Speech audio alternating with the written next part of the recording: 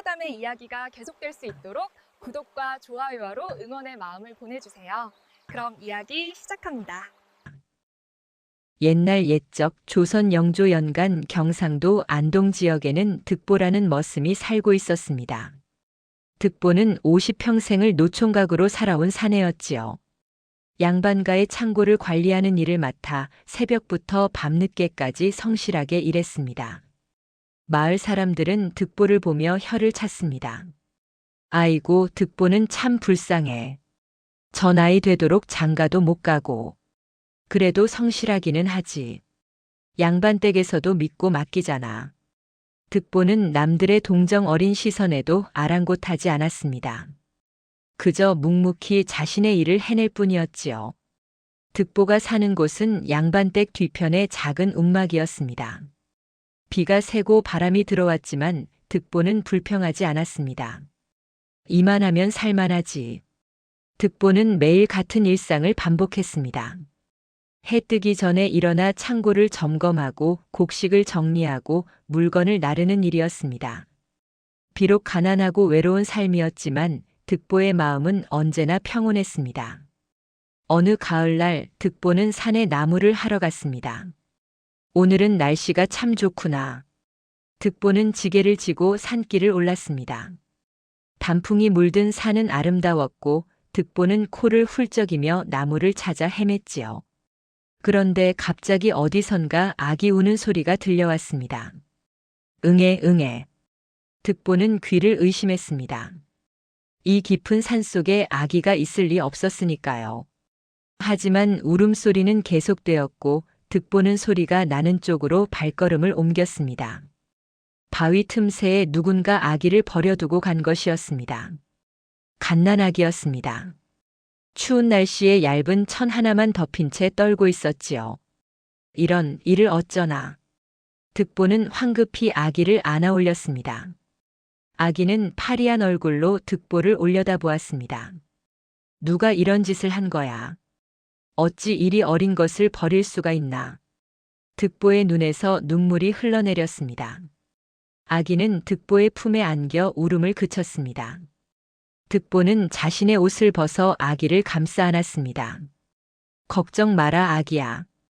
내가 너를 지켜줄게.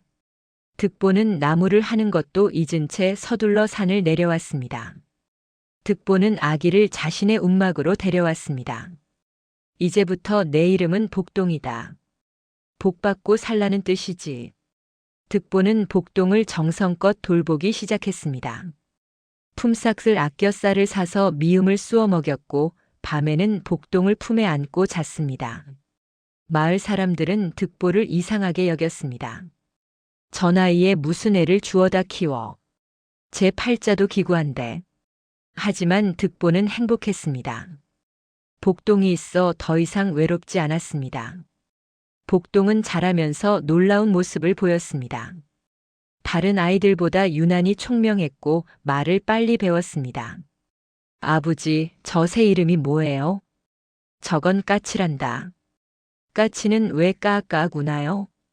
복동의 질문은 끝이 없었습니다. 득보는 답해주기 바빴지만 그 모든 순간이 행복했습니다. 이 아이는 범상치 않아. 득보는 복동을 보며 이렇게 생각했습니다. 복동의 눈빛에는 남다른 영특함이 담겨 있었습니다. 득보는 복동에게 좋은 것을 먹이고 싶었지만 가난한 형편에 그럴 수 없었습니다. 대신 사랑으로 복동을 감싸주었지요. 밤이면 득보는 복동을 안고 자장가를 불러주었습니다. 자장자장 우리 복동, 잘도 잔다 우리 복동. 복동은 득보의 품에서 편안히 잠들었습니다. 복동이 4살이 되던 해 마을에는 묘한 소문이 돌았습니다. 양반 이형규가 갑자기 큰 부자가 되었다는 것이었습니다. 이형규 영감이 형님한테 재산을 물려받았다더군. 그런데 형님이 갑자기 돌아가셨다지 않나? 이상한 일이야. 형수님도 어디론가 사라졌다던데. 마을 사람들은 수군거렸지만 감히 양반에게 대들 수는 없었습니다. 득보는 그런 소문에 관심이 없었습니다. 복동을 잘 키우는 것이 득보의 유일한 목표였으니까요. 복동은 나날이 자라며 더욱 영리해졌습니다. 길을 가다가 글자를 보면 물어봤고 득보가 아는 선에서 가르쳐 주었습니다. 아버지, 저 가게 글자가 뭐예요? 저건 주막이라고 쓴 거란다. 복동은 단번에 외워버렸습니다. 득보는 신기해하며 복동의 머리를 쓰다듬었습니다. 우리 복동이는 글재주가 있구나. 득보는 복동을 서당에 보내고 싶었습니다. 하지만 머슴의 자식을 받아주는 서당은 없었습니다. 언젠가는 복동이를 꼭 배우게 해주마. 득보는 다짐했습니다. 그리고 품삯을 더 아껴 돈을 모으기 시작했습니다. 마을은 평화로워 보였지만 곧 큰 시련이 득보와 복동을 기다리고 있었습니다. 복동이 5살이 되자 득보는 용기를 내어 마을 서당 훈장을 찾아갔습니다. 훈장님, 제발 부탁드립니다. 제 아들 복동이를 서당에 받아주십시오. 훈장은 난처한 표정을 지었습니다. 득보, 자네 마음은 알겠네만 양반 자제들이 다니는 서당의 머슴 자식을 어찌 받겠나. 복동이는 총명합니다. 필시 훌륭한 인재가 될 것입니다. 그때 서당 문이 벌컥 열리며 이형규가 들어왔습니다. 허허, 이게 무슨 웃기는 일인가. 머슴 주제의 아이를 서당에 보내겠다고. 이형규는 비웃으며 득보를 내려다보았습니다. 훈장, 이런 것들을 받아주면 안 되네. 서당 격이 떨어지지 않겠나. 훈장은 이형규의 눈치를 보며 고개를 끄덕였습니다. 미안하네, 득보. 받아줄 수가 없네. 득보는 무릎을 꿇었습니다. 제발 부탁드립니다. 이형규는 득보의 등을 발로 걷어찼습니다. 썩 물러가지 못해. 감히 양반 앞에서 버르장머리 없이. 득보는 비틀거리며 서당을 나왔습니다. 밖에서 기다리던 복동이 달려왔습니다. 아버지, 괜찮으세요? 괜찮다, 복동아. 걱정 마라. 득보는 복동을 꼭 안았습니다. 하지만 가슴속에는 분노가 치밀어 올랐습니다. 이형규는 득보를 괴롭히기 시작했습니다. 며칠 후 득보가 일하는 양반댁 주인을 찾아가 이렇게 말했습니다. 이 영감, 득보라는 머슴 말이오. 그자가 창고 물건을 훔친다는 소문이 있어. 양반댁 주인은 놀라며 물었습니다. 정말입니까? 내가 직접 본 건 아니지만 여러 사람이 그리 말하더이다. 조심하시는 게 좋을 듯하오. 양반댁 주인은 이형규의 말을 믿었습니다. 이형규는 마을에서 힘있는 양반이었으니까요. 다음 날 득보는 주인에게 불려갔습니다. 득보, 앞으로 품삯을 절반만 주겠네. 네? 그게 무슨 말씀이십니까? 이유는 묻지 말게. 싫으면 나가도 되네. 득보는 할 말을 잃었습니다. 품삯의 절반으로는 복동이를 제대로 먹일 수도 없었습니다. 하지만 득보는 참았습니다. 알겠습니다. 득보는 고개를 숙였습니다. 다른 일자리를 구할 수도 없었고 복동이를 위해서라도 버텨야 했습니다. 집으로 돌아온 득보는 복동에게 밝은 얼굴을 보였습니다. 복동아, 오늘 뭐 먹고 싶으냐? 아버지가 좋아하는 거 먹어요. 복동의 말에 득보는 눈시울이 뜨거워졌습니다. 착한 우리 복동. 득보는 복동을 꼭 안았습니다. 가슴속에는 이형규에 대한 원망이 쌓여갔지만 겉으로는 내색하지 않았습니다. 이형규의 횡포는 계속되었습니다. 어느 날 이형규는 마을 훈장을 찾아가 은자 몇 냥을 건넸습니다. 훈장, 이걸 받게. 이게 무슨 돈입니까? 득보란 머슴이 혹시라도 아이를 데리고 오거든 절대 받지 말게. 천한 것의 자식이 글을 배워서 뭘 하겠나. 훈장은 난처한 표정을 지었지만 돈을 받았습니다. 알겠습니다. 며칠 후 득보는 다시 훈장을 찾아갔습니다. 훈장님, 제가 돈을 모았습니다. 이걸로 복동이를 가르쳐 주십시오. 득보는 몇 달간 모은 돈을 내밀었습니다. 적은 액수였지만 득보에게는 전 재산이었습니다. 훈장은 돈을 받지 않았습니다. 득보, 미안하네. 자네 아들은 받을 수 없네. 왜입니까? 돈도 드렸는데. 이유는 말할 수 없네. 그냥 돌아가게. 득보는 무릎을 꿇고 애원했습니다. 제발 부탁드립니다. 복동이는 총명합니다. 그를 배우면 훌륭한 사람이 될 것입니다. 안 된다고 했네. 썩 물러가지 못해. 훈장은 소리를 질렀고 득보는 쫓겨났습니다. 복동은 아버지가 무릎 꿇는 모습을 보며 눈물을 흘렸습니다. 아버지, 저는 배우지 않아도 괜찮아요. 아니다, 복동아. 너는 꼭 배워야 한다. 득보는 복동의 손을 꼭 잡았습니다. 득보는 굴욕을 참으며 더 열심히 일했습니다. 새벽 일찍 일어나 밤늦게까지 일했고 품삯을 한 푼도 쓰지 않고 모았습니다. 언젠가는 복동이를 배우게 할 수 있을 거야. 득보는 희망을 잃지 않았습니다. 밤이면 득보는 복동에게 천자문을 가르쳤습니다. 득보도 그를 모르는 것은 아니었습니다. 어릴 적 양반댁 도련님이 공부하는 것을 옆에서 지켜보며 조금씩 익혔던 것이지요. 천지현황, 우주홍황. 복동은 단번에 외웠습니다. 득보는 신기해하며 다음 구절을 가르쳤습니다. 복동의 기억력은 놀라웠습니다. 한 번 들으면 잊지 않았고 글자의 뜻을 물어보며 이해하려 했습니다. 아버지, 천지는 하늘과 땅이고 현황은 검고 누렇다는 뜻이에요. 그럼 우주홍황은 뭐예요? 우주는 세상이고 홍황은 넓고 크다는 뜻이란다. 아, 그렇구나. 복동의 눈이 반짝였습니다. 득보는 복동을 보며 확신했습니다.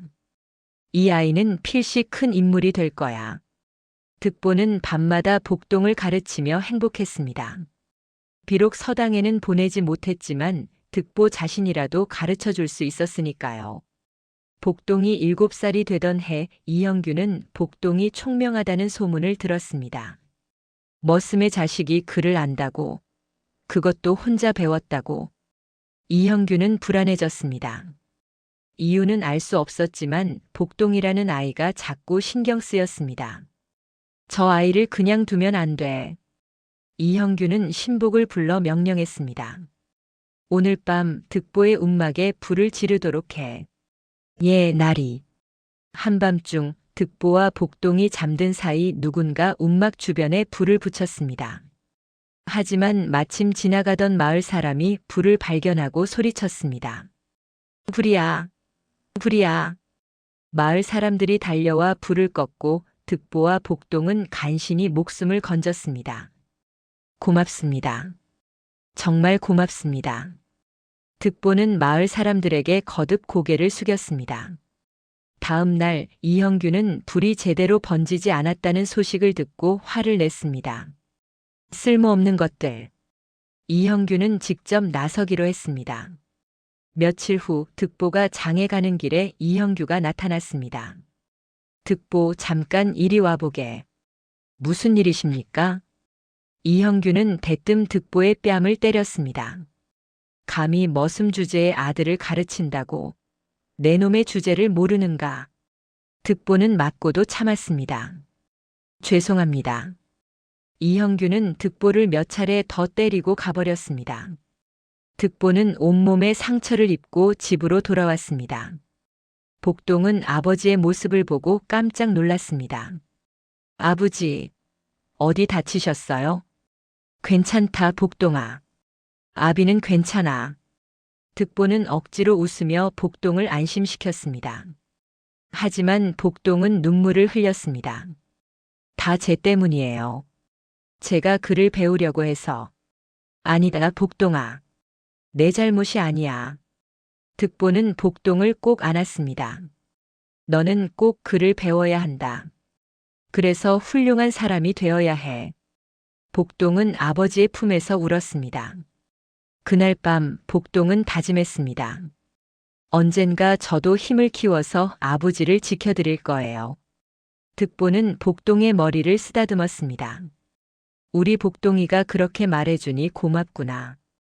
득보는 상처투성이 몸으로도 복동에게 천자문을 가르쳤습니다. 오늘은 이 글자를 배워보자. 복동은 눈물을 닦고 아버지의 가르침에 집중했습니다. 두 사람의 작은 움막에는 촛불이 밝게 타올랐습니다. 비록 가난하고 힘들었지만 득보와 복동은 서로가 있어 외롭지 않았습니다. 하지만 그들은 아직 몰랐습니다. 곧 그들의 삶에 큰 전환점이 찾아올 것이라는 사실을 말이지요. 복동이 9살이 되던 봄날, 이웃 마을에서 은퇴한 훈장이 찾아왔습니다. 노 훈장은 마을 어귀를 지나다가 우연히 복동이 땅바닥에 나뭇가지로 글자를 쓰는 모습을 보았습니다. 저 아이가 쓴 글씨가 범상치 않군. 노 훈장은 복동에게 다가갔습니다. 얘야, 내가 쓴 글자를 보니 제법인데 누가 가르쳐 주었느냐? 저희 아버지가 가르쳐 주셨어요. 내 아버지가 글을 아는구나. 어디 한번 더 써보거라. 복동은 나뭇가지로 천자문 구절을 척척 써내려갔습니다. 노 훈장은 깜짝 놀랐습니다. 글씨가 또박또박했고 필법이 남달랐습니다. 놀랍구나. 내 나이가 몇이냐? 9살이에요. 9살에 이런 글씨를 쓰다니. 내 아버지는 어디 계시느냐? 복동은 득보를 불러왔습니다. 노 훈장은 득보를 만나 이야기를 나누었습니다. 이 아이는 천부적인 재능이 있습니다. 제가 무료로 가르쳐 드리겠습니다. 득보는 믿을 수 없다는 표정을 지었습니다. 정말입니까? 하지만 저희는 천한 신분입니다. 신분이 무슨 상관입니까? 재능을 보고 가르치는 것이지요. 노 훈장은 복동을 자신의 집으로 데려가 가르치기 시작했습니다. 복동은 마치 물을 만난 물고기처럼 배움에 빠져들었습니다. 노 훈장은 복동을 가르치며 날마다 감탄했습니다. 이 아이는 한 번 들으면 잊지 않는구나. 복동은 사서삼경을 배우며 하루가 다르게 실력이 늘었습니다. 노 훈장이 가르쳐 준 것을 단번에 이해했고 스스로 생각하는 힘도 뛰어났습니다. 훈장님, 이 구절은 이런 뜻이 아닐까요? 복동의 질문은 때로 노 훈장도 생각하지 못한 것이었습니다. 그래, 내 말이 맞다. 너는 정말 영특하구나. 노 훈장은 득보를 불러 말했습니다. 득보, 이 아이는 필시 큰 인물이 될 것입니다. 과거 시험에 보내야 합니다. 과거요? 하지만 저희는 신분은 문제가 되지 않습니다. 실력만 있으면 됩니다. 득보는 가슴이 벅차올랐습니다. 정말 그럴 수 있을까요? 물론입니다. 이 아이의 재능을 보십시오. 하늘이 내린 재주입니다. 득보는 눈물을 흘렸습니다. 고맙습니다, 훈장님. 정말 고맙습니다. 복동은 더욱 열심히 공부했습니다. 새벽부터 밤늦게까지 책을 놓지 않았고 노 훈장의 가르침을 한 글자도 놓치지 않으려 애썼습니다. 마을 사람들은 복동의 소문을 듣고 혀를 내둘렀습니다. 머슴의 아들이 저리 똑똑하다니. 하늘이 정한 재주는 신분을 가리지 않나 보군. 이형규도 이 소식을 들었지만 감히 노 훈장에게 대들 수는 없었습니다. 노 훈장은 은퇴했지만 여전히 지역에서 존경받는 인물이었으니까요. 복동이 12살이 되던 해 이웃 양반가의 영애 채령이 복동의 소문을 들었습니다. 머슴의 아들이 글을 그렇게 잘한다고. 채령은 호기심이 생겨 노 훈장의 집 담장 밖에서 복동이 글 읽는 소리를 엿들었습니다. 복동의 목소리는 맑고 또렷했으며 글을 읽는 방식이 유려했습니다. 저 아이 정말 범상치 않구나. 채령은 복동에게 관심이 생겼습니다. 어느 날 채령은 담장 너머로 복동에게 시 한 수를 던져주었습니다. 봄바람이 불어오니 꽃잎이 흩날리네. 복동은 시를 읽고 감탄했습니다. 그리고 답시를 지어 담장 너머로 던졌습니다. 꽃잎은 지더라도 향기는 남아있네. 채령은 복동의 시를 읽고 감탄했습니다. 이렇게 어린 나이에 이런 시를 짓다니. 그날부터 두 사람은 담장 너머로 시를 주고받기 시작했습니다. 득보는 복동이 시를 짓는 모습을 보며 뿌듯해했습니다. 우리 복동이가 이제 시까지 짓는구나. 복동은 수줍게 웃었습니다. 아버지, 저를 가르쳐 주셔서 감사해요. 아니다, 복동아. 내가 스스로 노력한 거야. 득보는 복동의 머리를 쓰다듬었습니다. 채령과 복동의 우정은 깊어져 갔습니다. 비록 신분 차이가 있었지만 두 사람은 서로의 재능을 존중하며 가까워졌습니다. 하지만 두 사람은 아직 몰랐습니다. 이 우정이 언젠가 더 깊은 감정으로 변할 것이라는 사실을 말이지요. 복동이 15살이 되던 해 노훈장은 득보를 불러 말했습니다. 득보, 이제 복동을 과거 시험에 보내야 합니다. 하지만 한양까지 가는 비용이. 걱정 마십시오. 제가 도와드리겠습니다. 노훈장은 자신의 돈을 내놓으며 말했습니다. 이 아이의 재능을 세상이 알아야 합니다. 득보는 무릎을 꿇고 감사를 표했습니다. 평생 이 은혜를 잊지 않겠습니다. 일어나십시오. 복동이가 성공하는 것이 제게는 가장 큰 보답입니다. 득보는 복동에게 말했습니다. 복동아, 이제 너는 한양으로 가야 한다. 예, 아버지. 과거에 급제하여 훌륭한 사람이 되어라. 복동은 고개를 끄덕였습니다. 떠나기 전날 복동은 채령에게 작별 인사를 했습니다. 애기씨, 저는 내일 한양으로 떠납니다. 담장 너머에서 채령의 목소리가 들려왔습니다. 꼭 급제하여 돌아오세요. 예, 애기씨. 약속드립니다. 저는 여기서 기다리겠어요.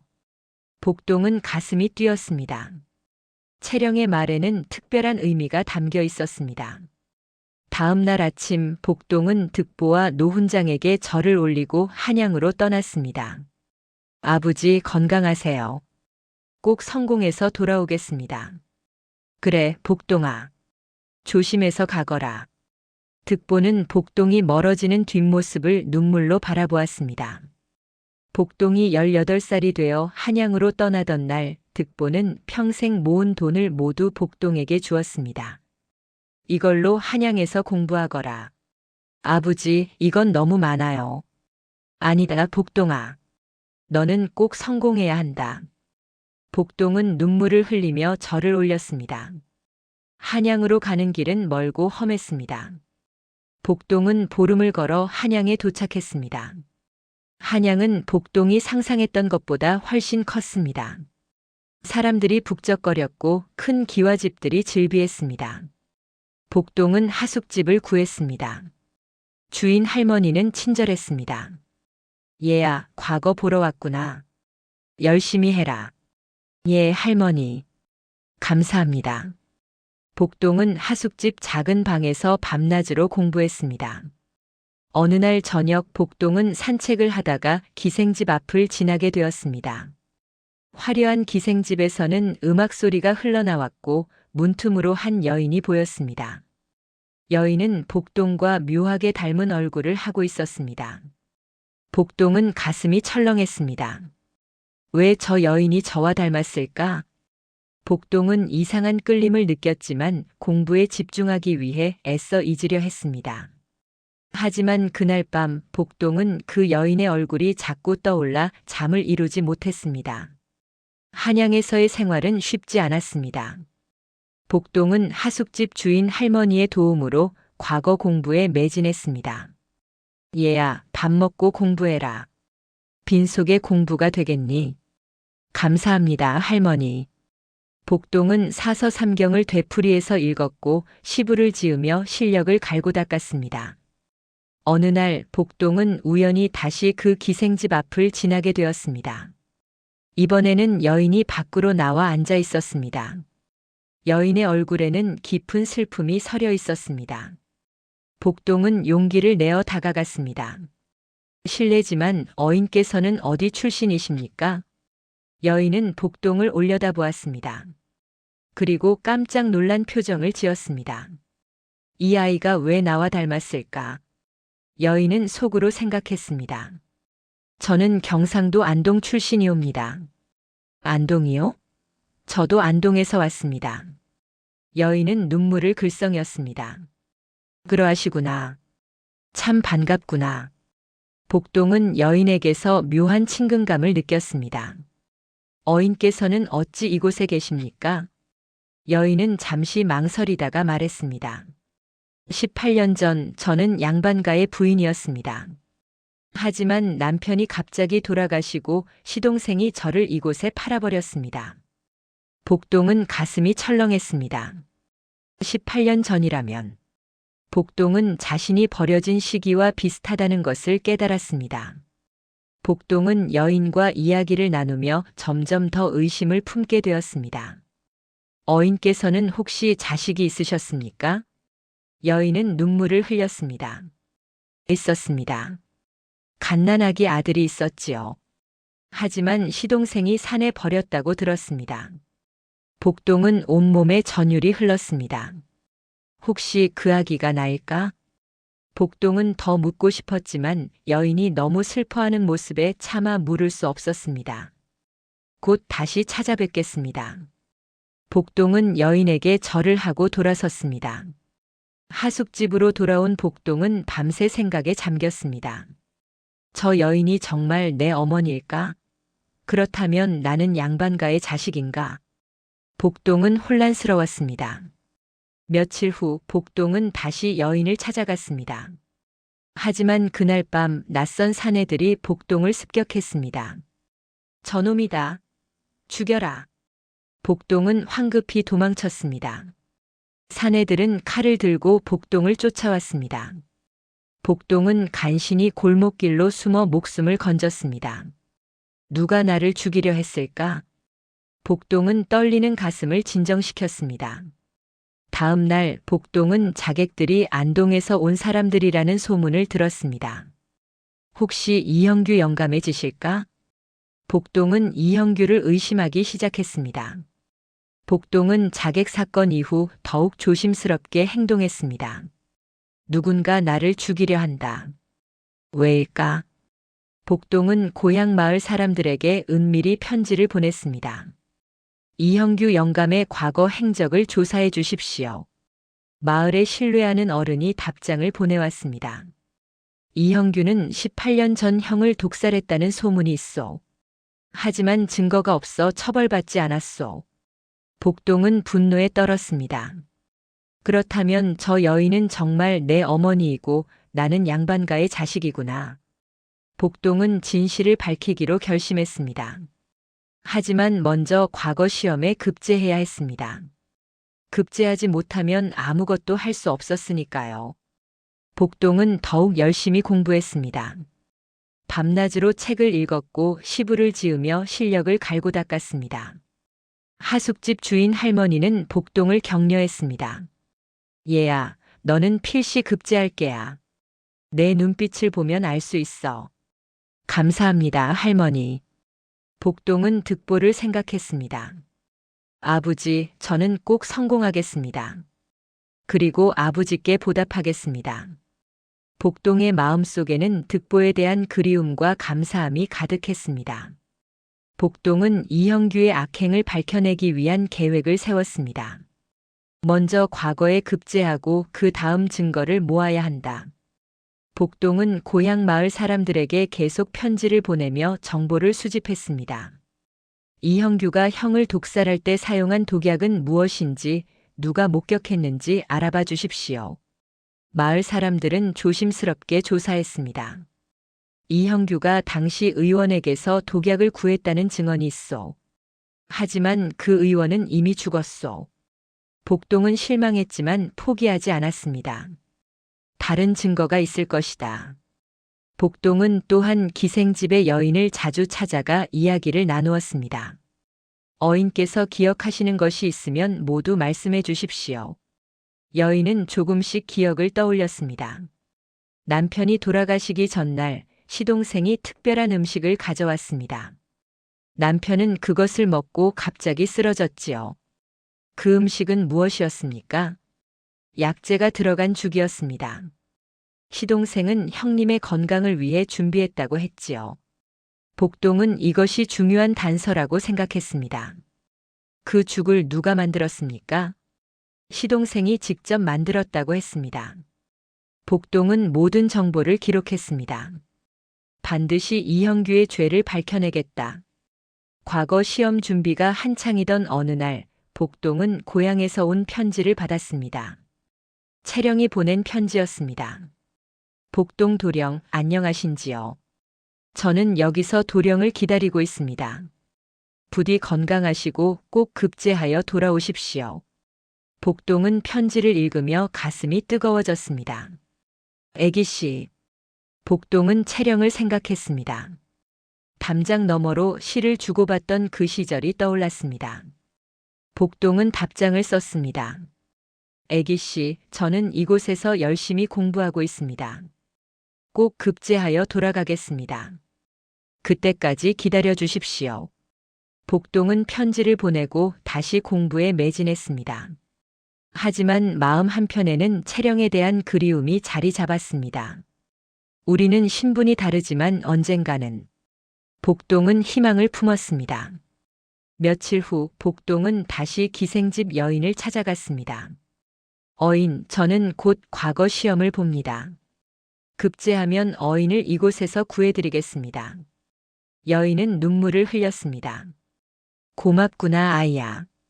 하지만 나는 이미 늙었고 기생의 몸이다. 아닙니다. 어인께서는 제게 특별한 분입니다. 복동은 여인이 자신의 어머니라는 확신이 들었지만 아직 말할 때가 아니라고 생각했습니다. 급제하고 모든 것을 밝힌 후에 말씀드리겠다. 과거 시험일이 한 달 앞으로 다가왔습니다. 복동은 마지막 준비에 들어갔습니다. 모든 과목을 다시 복습하고 시부를 지으며 실력을 점검했습니다. 하숙집 주인 할머니는 복동을 위해 특별한 음식을 만들어 주었습니다. 얘야, 이걸 먹고 힘내거라. 감사합니다, 할머니. 복동은 할머니의 은혜에 감사했습니다. 어느 날 밤 복동은 득보에게 편지를 썼습니다. 아버지, 저는 곧 과거 시험을 봅니다. 아버지께서 베풀어 주신 은혜를 잊지 않고 있습니다. 꼭 급제하여 아버지께 보답하겠습니다. 복동은 편지를 보내고 득보를 생각하며 눈물을 흘렸습니다. 아버지, 저를 주어 키워주셔서 감사합니다. 복동은 다시 책을 펼쳤습니다. 밤이 깊어갔지만 복동의 방에는 여전히 촛불이 환하게 타올랐습니다. 복동은 자신의 운명을 바꿀 시험을 앞두고 마지막 힘을 다해 공부했습니다. 고향 마을에서는 득보가 복동을 위해 매일 기도했습니다. 하늘이시여, 제 아들 복동이가 꼭 급제하게 해주십시오. 득보는 복동을 생각하며 눈물을 흘렸습니다. 드디어 과거 시험 전날이 되었습니다. 복동은 모든 준비를 마치고 마음을 가다듬었습니다. 내일이면 내 운명이 결정된다. 복동은 긴장되었지만 자신감도 있었습니다. 그동안 열심히 공부했고 노훈장의 가르침을 충실히 따랐으니까요. 밤이 되자 복동은 잠을 청했습니다. 꿈속에서 득보가 나타났습니다. 복동아, 너는 할 수 있다. 아비는 너를 믿는다. 예, 아버지. 저는 꼭 성공하겠습니다. 복동은 꿈에서 깨어났습니다. 새벽 공기가 상쾌했습니다. 오늘이 바로 그날이구나. 복동은 씻고 옷을 갈아입었습니다. 하숙집 주인 할머니가 아침밥을 준비해 주었습니다. 얘야, 든든히 먹고 가거라. 예, 할머니. 복동은 밥을 먹고 시험장으로 향했습니다. 시험장에는 수백 명의 선비들이 모여 있었습니다. 모두 긴장한 표정이었습니다. 복동은 자리에 앉아 시험지를 받았습니다. 이제 시작이다. 복동은 붓을 들고 문제를 풀기 시작했습니다. 득보는 고향 마을에서 하늘을 올려다보며 기도했습니다. 복동아, 잘하거라. 과거 시험이 끝난 지 보름 후 합격자 명단이 발표되었습니다. 복동은 떨리는 마음으로 방 앞에 섰습니다. 사람들이 북적거렸고 합격한 사람들은 환호했습니다. 복동은 명단을 천천히 읽어 내려갔습니다. 그리고 마침내 자신의 이름을 발견했습니다. 장원급제 복동. 복동은 믿을 수 없었습니다. 내가 장원급제를 했다고. 주변 사람들이 복동을 축하했습니다. 축하하네. 자네가 장원이라니. 복동은 눈물을 흘렸습니다. 아버지, 제가 해냈습니다. 복동은 즉시 득보에게 편지를 보냈습니다. 아버지, 저는 장원급제했습니다. 곧 돌아가겠습니다. 며칠 후 복동은 임금 앞에서 어전회시를 치렀습니다. 임금은 복동의 시부를 읽고 크게 감탄했습니다. 이 젊은이의 재주가 뛰어나구나. 장원이 될 만하도다. 복동은 임금 앞에 무릎 꿇고 절을 올렸습니다. 성은이 망극하옵니다.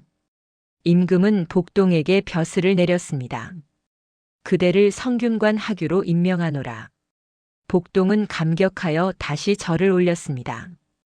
복동의 장원급제 소식은 삽시간에 전국으로 퍼졌습니다. 안동 마을에도 그 소식이 전해졌습니다. 득보는 기쁨에 겨워 눈물을 흘렸습니다. 우리 복동이가 장원급제를 했구나. 마을 사람들도 축하해 주었습니다. 득보 축하하네. 자네 아들이 장원이라니. 하지만 이형규는 그 소식을 듣고 공포에 떨었습니다. 복동이가 장원급제를 했다고. 그렇다면 이형규는 자신의 과거가 밝혀질까봐 두려웠습니다. 증거를 없애야 해. 이형규는 급히 오래된 문서들을 불태우기 시작했습니다. 하지만 때는 이미 늦었습니다. 마침 암행어사가 그 지역에 파견되어 있었던 것입니다. 암행어사는 복동의 급제 소식을 듣고 복동을 만나러 한양으로 갔습니다. 복동 도령 축하하네. 감사합니다. 그런데 대감께서는 나는 경상도를 담당하는 암행어사일세. 자네의 이야기를 듣고 싶네. 복동은 암행어사에게 모든 사정을 털어놓았습니다. 이형규라는 자가 제 아버지를 독살하고 어머니를 기생집에 팔았습니다. 암행어사는 분노했습니다. 그런 악행이 있었다니. 반드시 밝혀내겠네. 암행어사는 복동과 함께 안동으로 향했습니다. 이형규의 죄를 밝혀내야 하네. 복동은 고향으로 돌아가는 길이 두근거렸습니다. 곧 아버지를 만날 수 있겠구나. 안동에 도착한 암행어사는 먼저 은밀히 조사를 시작했습니다. 마을 사람들을 만나 이형규의 과거를 캐물었습니다. 18년 전 이형규의 형이 갑자기 죽었을 때 이상한 점이 있었습니까? 있었지요. 형님은 건강하셨는데 갑자기 쓰러져 돌아가셨습니다. 그때 이형규가 무엇을 했습니까? 형님께 약재죽을 가져다 드렸다고 들었습니다.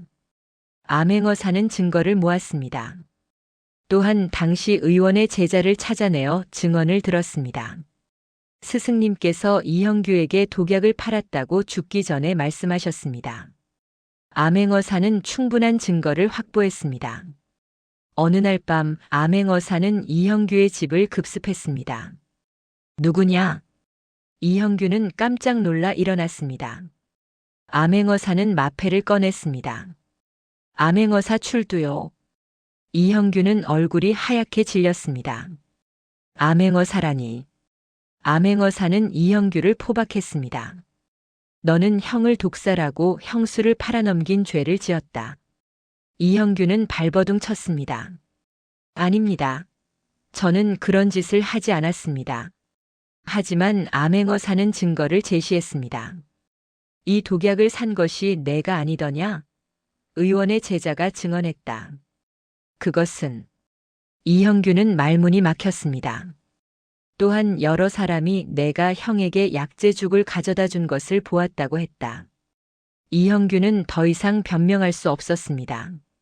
바로 그때 복동이 나타났습니다. 이형규, 나를 기억하는가? 이형규는 복동을 보고 깜짝 놀랐습니다. 내가 그때 그 아기. 그렇다. 나는 내가 산에 버린 아기다. 하지만 하늘이 도우사 득보 아버지께서 나를 주어 키워주셨다. 이형규는 무릎을 꿇었습니다. 용서해다오.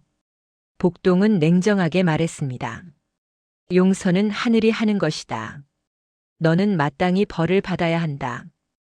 암행어사는 이형규를 결박하고 마을 사람들을 불러 모았습니다. 이자의 죄를 낱낱이 밝히겠다. 마을 사람들이 모인 가운데 암행어사는 이형규의 죄를 선포했습니다. 이형규는 형을 독살하고 형수를 인신매매하고 갓난아기를 유기한 죄를 지었다. 마을 사람들은 경악했습니다. 그런 짓을 했단 말인가? 정말 악독한 놈이로군. 이형규는 모든 것이 들통나자 결국 자백했습니다. 죄송합니다. 제가 잘못했습니다. 왜 형을 죽였느냐? 재산이 탐났습니다. 형님께서 가진 땅과 재산이 너무 많았습니다. 왜 형수를 팔았느냐? 형수가 저를 의심했습니다. 그래서 멀리 보내야 했습니다. 왜 아기를 버렸느냐? 아기가 자라면 복수할까봐 두려웠습니다. 암행어사는 고개를 저었습니다. 정말 악독한 놈이로다. 복동은 이형규를 내려다보았습니다. 내 죄값을 치러라. 이형규는 무릎 꿇고 용서를 빌었지만 이미 때는 늦었습니다. 암행어사는 판결을 내렸습니다. 이형규는 사형에 처한다. 재산은 모두 몰수하여 복동에게 돌려준다. 마을 사람들은 박수를 쳤습니다. 잘했다. 아기는 벌을 받아야지. 이형규는 포박당하여 끌려갔습니다. 복동은 그 모습을 보며 복잡한 감정을 느꼈습니다. 이제 원수를 갚았구나. 암행어사는 복동에게 말했습니다. 자네의 어머니도 찾아야 하지 않겠나? 예, 대감. 어머니는 한양의 기생집에 계십니다. 그렇다면 함께 가세. 복동과 암행어사는 한양으로 가서 복동의 어머니를 찾아냈습니다. 어머니는 복동을 보고 눈물을 흘렸습니다. 내가 정말 내 아들이었구나. 예, 어머니. 복동은 어머니를 꼭 안았습니다. 이제 다시는 떨어지지 않겠습니다. 암행어사는 기생집 주인에게 명령했습니다. 이 여인을 풀어주어라. 이분은 양반가의 부인이시다. 기생집 주인은 떨며 복종했습니다. 복동은 어머니를 모시고 고향으로 돌아갔습니다. 마을 사람들은 복동과 어머니를 환영했습니다. 복동 도령 축하하네. 복동은 먼저 득보를 찾아갔습니다. 득보는 복동을 보고 눈물을 흘렸습니다. 복동아, 정말 잘했구나. 복동은 득보 앞에 무릎을 꿇었습니다. 아버지, 저를 주워 키워주셔서 감사합니다. 득보는 복동을 일으켰습니다. 일어나거라, 복동아. 너는 이제 양반이 아니냐? 아닙니다, 아버지. 저에게는 아버지께서 진정한 아버지십니다. 복동은 득보를 꼭 안았습니다. 아버지께서 베풀어 주신 은혜를 평생 갚겠습니다. 복동은 임금께 아뢰었습니다. 전하, 저를 키워주신 득보께 공명첩을 하사해 주십시오. 임금은 복동의 효심에 감동했습니다. 그리하라. 득보에게 공명첩을 하사하노라. 득보는 공명첩을 받아 양반 신분이 되었습니다. 마을 사람들은 득보를 축하했습니다. 득보 축하하네. 이제 양반이 되었구나. 득보는 믿을 수 없다는 표정이었습니다. 나 같은 머슴이 양반이 되다니. 복동은 득보에게 말했습니다. 아버지, 이제 편히 쉬십시오. 제가 모시겠습니다. 득보는 눈물을 흘렸습니다. 고맙다, 복동아. 복동은 이형규에게서 몰수한 재산을 받아 득보와 어머니를 모실 큰 집을 마련했습니다. 복동은 채령에게 청혼했습니다. 애기씨, 저와 함께 해주시겠습니까? 채령은 수줍게 고개를 끄덕였습니다. 예, 도령. 두 사람은 성대한 혼례를 올렸습니다.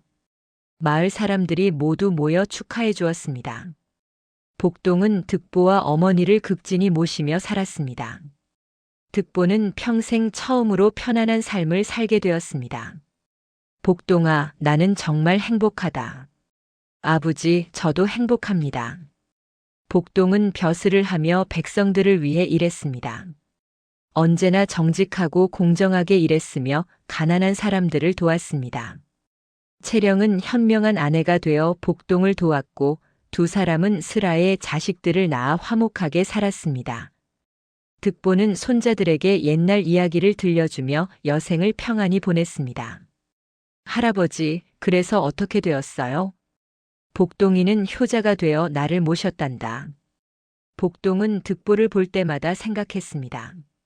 진정한 아버지는 낳아준 사람이 아니라 키워준 사람이구나. 이 이야기는 우리에게 가르쳐 줍니다. 진정한 부모는 혈육이 아닌 사랑으로 맺어지는 것이며 은혜를 갚는 마음이 가장 아름답다는 것을 말이지요.